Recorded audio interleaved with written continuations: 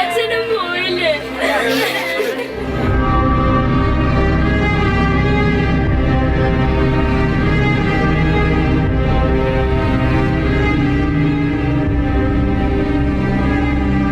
കാറ്റുപിടിക്കാത്ത കരിമ്പന പോലും ആടിയുലഞ്ഞു. പാലക്കാട് നെന്മാറ പോത്തുണ്ടിയെ വിറപ്പിക്കാൻ മാത്രം ക്രൂരതകൾ ഒളിപ്പിച്ചൊരു കുറ്റവാളി അവിടെ രാപ്പാർത്തിരുന്നു. അപസർപ്പക കഥകൾ വിശ്വസിച്ച അന്ധവിശ്വാസത്തിന്റെ ചരടിൽ തളയ്ക്കപ്പെട്ട ഒരു മനുഷ്യൻ. ചെന്താമര, കേരളം സമീപകാലത്ത് കണ്ട കൊടും ക്രിമിനൽ. 5 വർഷം മുമ്പ് നാട്ടുകാരെ വിറപ്പിച്ച അതേ കുറ്റവാളി. അയൽവാസിയായ സജിത എന്ന വീട്ടമ്മയെ കൊല്ലാൻ അയാൾക്ക് പ്രത്യേകിച്ച് കാരണങ്ങളൊന്നും ഉണ്ടായിരുന്നില്ല. ആ കേസിൽ ജാമ്യം കിട്ടിയിറങ്ങിയ കൊടും കുറ്റവാളി വീണ്ടും നാട്ടിലെത്തി. ജീവന് തന്നെ ഭീഷണിയാണ് ചെന്താമരയെന്ന് നാട്ടുകാരും വീട്ടുകാരും പോലീസിനോട് നിരന്തരം പരാതി പറഞ്ഞു. ജാമ്യവ്യവസ്ഥ ലംഘിച്ചു താമസിച്ച പ്രതിയെ പോലീസ് ഉപദേശിച്ച് തിരിച്ചയച്ചു.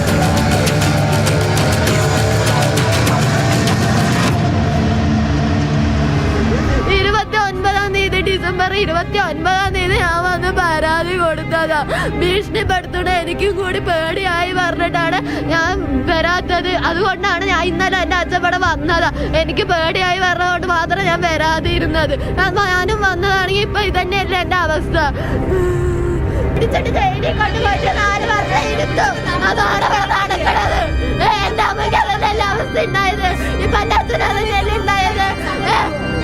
നിങ്ങളുടെ എന്തെങ്കിലും കുടുംബത്തിലാണെങ്കിലോ ഇങ്ങനെ എന്തെങ്കിലും ഉണ്ടാവോ? അയാളെ തൂക്കിക്കൊല്ല, അത് ചെയ്യും ഇത് ചെയ്യും. ഇവിടെയാണെങ്കിലും അയാൾക്ക് 4 കൊല്ലം നന്നായി ഭക്ഷണം കൊടുത്തിട്ട് വിട്ടയച്ചിരിക്കണം.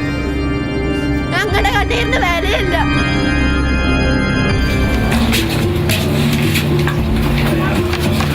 പകയുടെ മൂർച്ച ചെന്താമര രാഗി മിനുക്കി.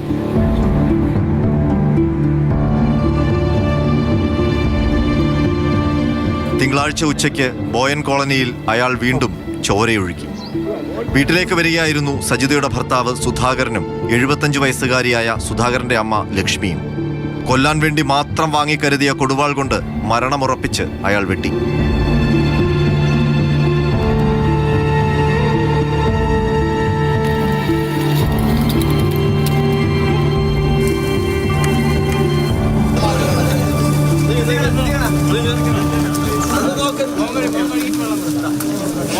അമ്മയെ നഷ്ടപ്പെട്ട അഖിലയും അതുല്യയും അനാഥരായി.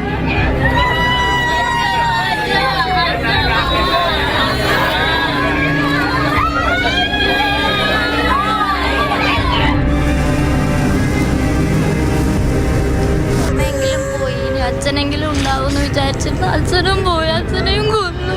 എന്നിട്ട് ഒരു റിയാക്ഷനും പോലും പോലീസ് എടുത്തില്ല. ഇച്ചിരിയെങ്കിലും പോലീസ് എടുത്ത് അയാളെ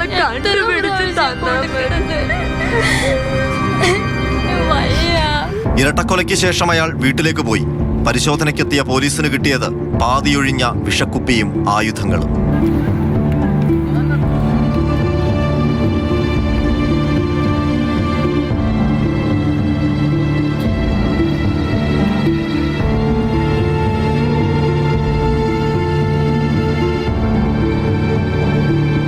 പ്രതിയെ തിരഞ്ഞ് പോലീസ് എത്തും മുൻപേ നാട്ടുകാർ ഇറങ്ങി.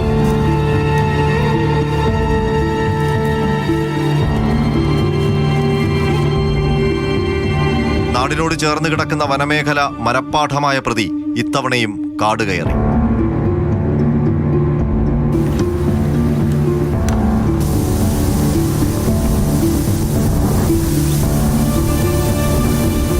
ജലാശയങ്ങളിലും കുറ്റിക്കാടുകളിലും പോലീസ് അരിച്ചുപെറുക്കി. പലയിടങ്ങളിൽ ചെന്താമരയെ കണ്ടെന്ന് കഥ പ്രചരിച്ചു.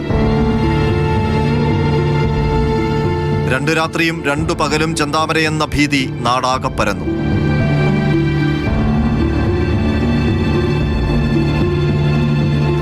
ഇവിടെ മല കുറച്ചങ്ങോട്ട് കഴിഞ്ഞാൽ വാഴത്തോട്ടത്തിൽ കടന്നാൽ കാണാൻ കിട്ടില്ല.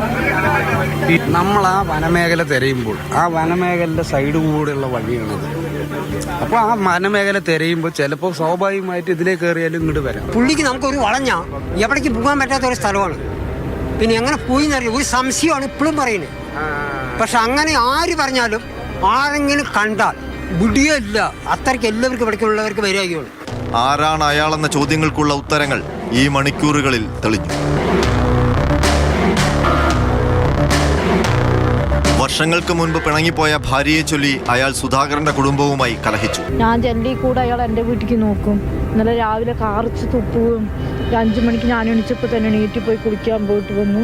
പിന്നെ എൻ്റെ മുമ്പ് ഞാൻ ഇന്നലെയാണ് അയാളെ ശരിക്കും കണ്ടത്. ഇന്നലെ എൻ്റെ മുമ്പ് ഞാൻ പാല് വാങ്ങാൻ പോകുമ്പോൾ എൻ്റെ മുമ്പാണ് അയാൾ പോയി അവിടെ വീട്ടിൽ പോയി കട തുറന്നിട്ടുള്ള ഒരു 3 ബീഡി വാങ്ങിയിട്ട് എന്നെ കണ്ടപ്പോൾ ഇങ്ങനെ മാറി നിന്നു. അന്ധവിശ്വാസി പറഞ്ഞാൽ അവരുടെ ഭാര്യ മക്കളൊക്കെ എന്താ പറയുക, മക്കൾ മന്ത്രവാദത്തിന് പോയിട്ടാണ്. മന്ത്രവാദി ആ ചേച്ചിയെ ആ സജീനെ കൊല്ലുമ്പോൾ ഇത്രയ്ക്ക് അതിന് മുടി ഉണ്ടായിരുന്നു. അതായിട്ടാണ് ഭാര്യ മക്കളൊക്കെ ഇയാൾ അകന്നു പോയത്. പിന്നെ അവരുടെ കുടുംബം നല്ല ഒരു ഇതായിരുന്നു. ഇതൊക്കെ ഇയാൾ കണ്ട് പിന്നെ അവർ അമ്മായിയായിട്ടൊക്കെ അവർക്ക് ഇത്തിരി ബന്ധമുണ്ട്. അവരൊരു ആൾക്കാരാണ്, ഒരു ജാതി ആൾക്കാരാണ്. അപ്പോൾ അങ്ങനെയൊക്കെ ഒരു ബന്ധമുണ്ട്. എന്തെന്നും ഇപ്പോൾ വൈരാഗ്യമാണെന്ന് അറിയില്ല. ഇയാൾക്ക് മൊത്തം ആൾക്കാരിനെയൊക്കെ കൊല്ലണം എന്നുള്ള ചിന്ത മാത്രമേ ഉള്ളൂ. ഞങ്ങൾക്ക് രാവിലെ ബാഗം തൂക്കി പള്ളിയിൽ പോകുമ്പോൾ ആ മന്ത്രവാദത്തിന് പോകണമെന്നാണ് പറയുന്നത്.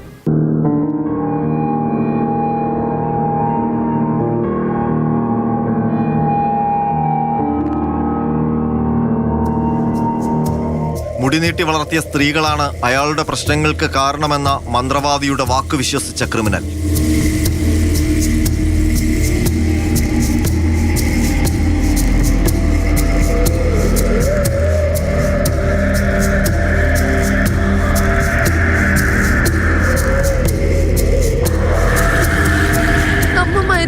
ശേഷമാണ് ഞങ്ങളെ അറിയണത് അയാൾക്ക് ഇങ്ങനത്തെ അന്ധവിശ്വാസമുണ്ട്. ഓരോ ജോത്സ്യനെ കാണാൻ പോയി നീണ്ട മുടിയുള്ള ആളാണ് അത്ര അവരുടെ കുടുംബത്തിൽ ഇങ്ങനെ പ്രശ്നം ഉണ്ടാക്കിയത് എന്നൊക്കെ പറഞ്ഞിട്ട് ആ കോളനിയിൽ അവിടെ ഞങ്ങളുടെ അമ്മയ്ക്കും എൻ്റെ അമ്മയ്ക്കും മാത്രമേ ഉള്ളൂ ഇത്രയും നിറയെ മുടി. അപ്പൊ അയാൾ അതുകൊണ്ടായിരിക്കാം, അറിയില്ല. ബന്ധുക്കളുടെയും നാട്ടുകാരുടെയും പേടി സ്വപ്നമായിരുന്നു ചെന്താമര. ഇതിനെല്ലാം അപ്പുറത്ത് അതിസമർത്ഥനായ കുറ്റവാളി.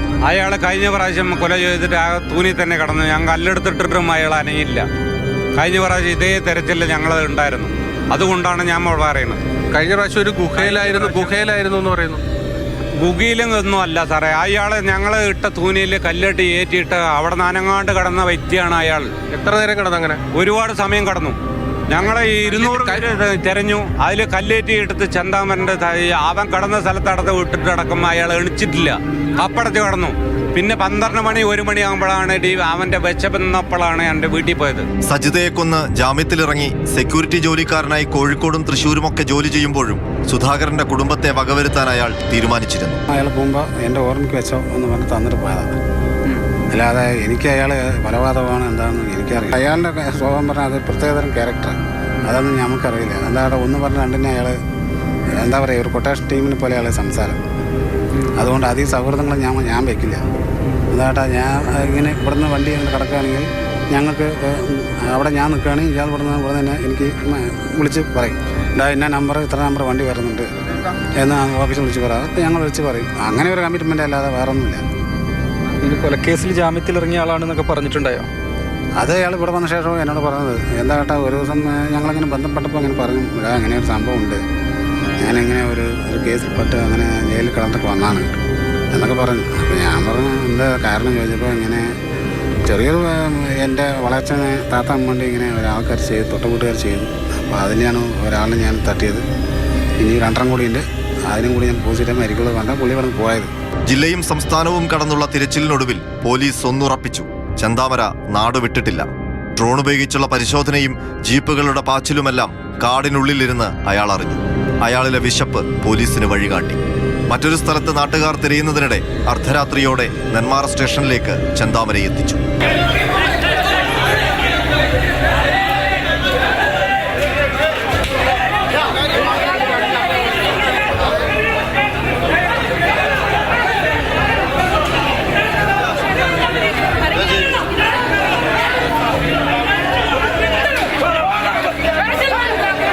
മുഖത്ത് കുറ്റബോധത്തിന്റെ ലാഞ്ചന പോലുമില്ലാത്ത ക്രൂരനായ വയോധികൻ.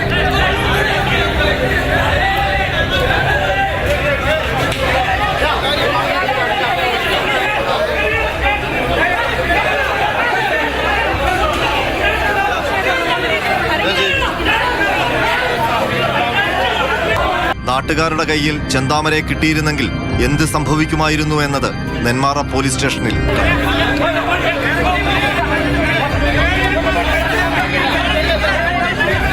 ഒരു രാഷ്ട്രീയ പാർട്ടിയുടെയും പിന്തുണയില്ലാതെ ഒത്തുകൂടിയ ആൾക്കൂട്ടം ആക്രോശിച്ചു.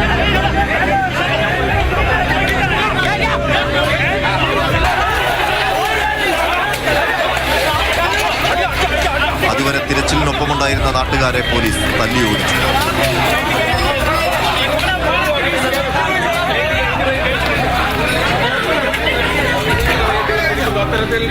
പ്രതിയെ സ്റ്റേഷൻ മാറ്റി.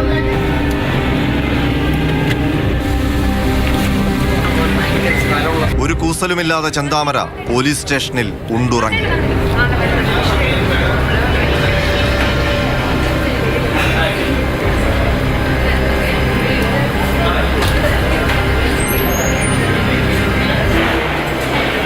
അയൽക്കാർ മന്ത്രവാദം ചെയ്തതുകൊണ്ട് ഭാര്യ പിണങ്ങിപ്പോയതെന്ന് വിശ്വസിച്ചായിരുന്നു അരും കൊലകളെന്ന് ചെന്താമര പോലീസിനോട് പറഞ്ഞു.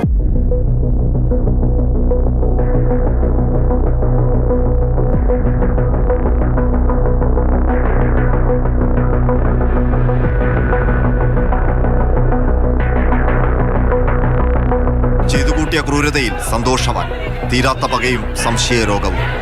He consider himself ഒരു സ്ട്രോങ് ടൈഗർ പോലെയാണ്. Is feeling that he is A tiger. So അങ്ങനെയാണെങ്കിൽ മറ്റാളുകൾക്ക് ഒരു he will be considering as down. ആ ഫീലിംഗ് കൂടിയാണ്. പക്ഷേ പൂർണ്ണമായിട്ട് അത് ഇതില്ല. ഒരു എന്താ പറയുക, ഒരു റിപ്പെൻറ്റ് പോലെ അയാൾക്കില്ല. ഗിൽറ്റ് ഫീലിംഗ് അങ്ങനെയല്ല, ഒരു സന്തോഷം പോലെ തന്നെയാണ്. അയാൾ സ്വയം വിശ്വസിക്കുകയാണ്, ഞാനൊരു കടുവയാണ്, നരഭോജിയായ കടുവ.